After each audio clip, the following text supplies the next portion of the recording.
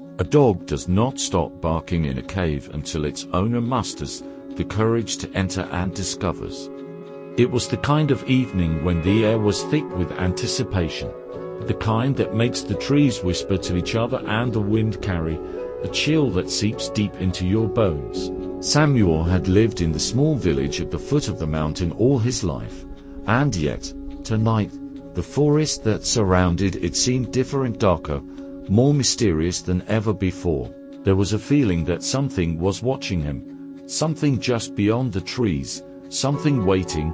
He had heard it before, the barking. The sound had haunted his dreams for weeks, always the same.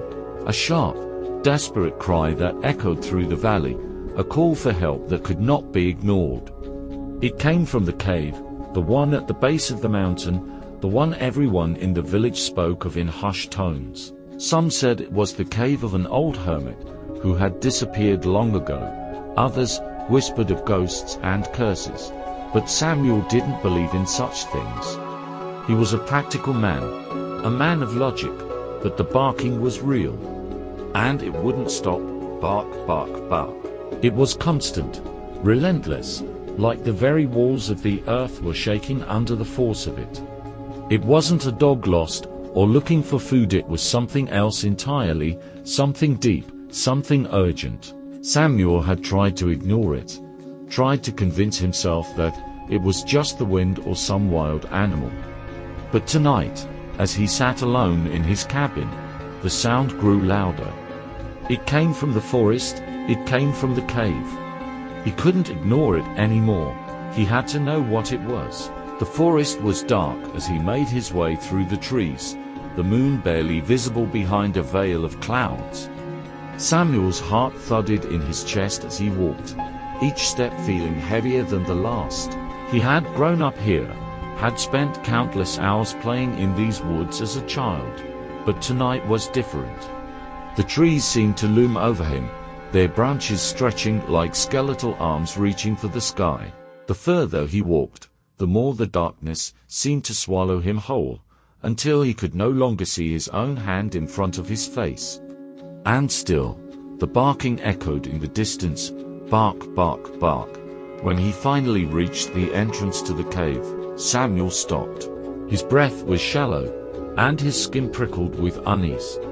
The cave loomed in front of him, its mouth wide and dark, like an open wound in the side of the mountain. The air was thick with the smell of damp earth and something else, something he couldn't place. The barking was louder now, closer, but it didn't sound like a normal dog. There was a wildness to it, an energy that vibrated in his chest. Who's there? Samuel called into the darkness, his voice shaky despite himself, but the only answer was the echo of the barking, the desperate sound growing louder still. He had to go in. There was no turning back now. With a deep breath, Samuel stepped into the cave. The air inside was cooler than the outside world, and the darkness was almost suffocating.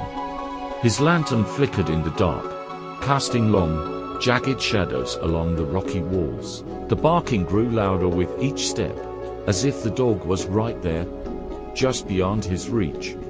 "Hello," Samuel called again, his voice barely a whisper now. His heart pounded in his chest, each beat sending a wave of adrenaline through his veins. He had never been this far into the cave before. The villagers had always spoken of it in hushed tones, warning others to stay away, but none of them ever spoke about why. The sound of the dog's barking was deafening now. It was frantic, erratic, as if it was in pain. The noise bounced off the walls of the cave, making it impossible to tell where it was coming from. Samuel felt his pulse quicken as he moved deeper, the beam of his lantern trembling in his hand. Then, he saw it. At the far end of the cave, bathed in the pale light of the lantern, stood a dog. But not just any dog, a large, imposing creature, its fur dark as night, its eyes glowing with an eerie light. It was staring directly at him, its gaze unwavering. The dog's posture was tense, its muscles taut, as if it were waiting for something. Its eyes locked onto Samuel's, and for a moment, time seemed to stand still. Samuel felt a chill crawl up his spine as he took a step closer. The dog didn't move, didn't bark. It simply watched him, its eyes filled with an intensity that made his stomach churn. The air around them seemed to thrum with an unspoken energy, as if the very cave itself was alive, holding its breath. "Who are you?" Samuel asked, his voice barely audible. But the dog didn't respond, it just stared at him, its eyes glowing brighter in the darkness.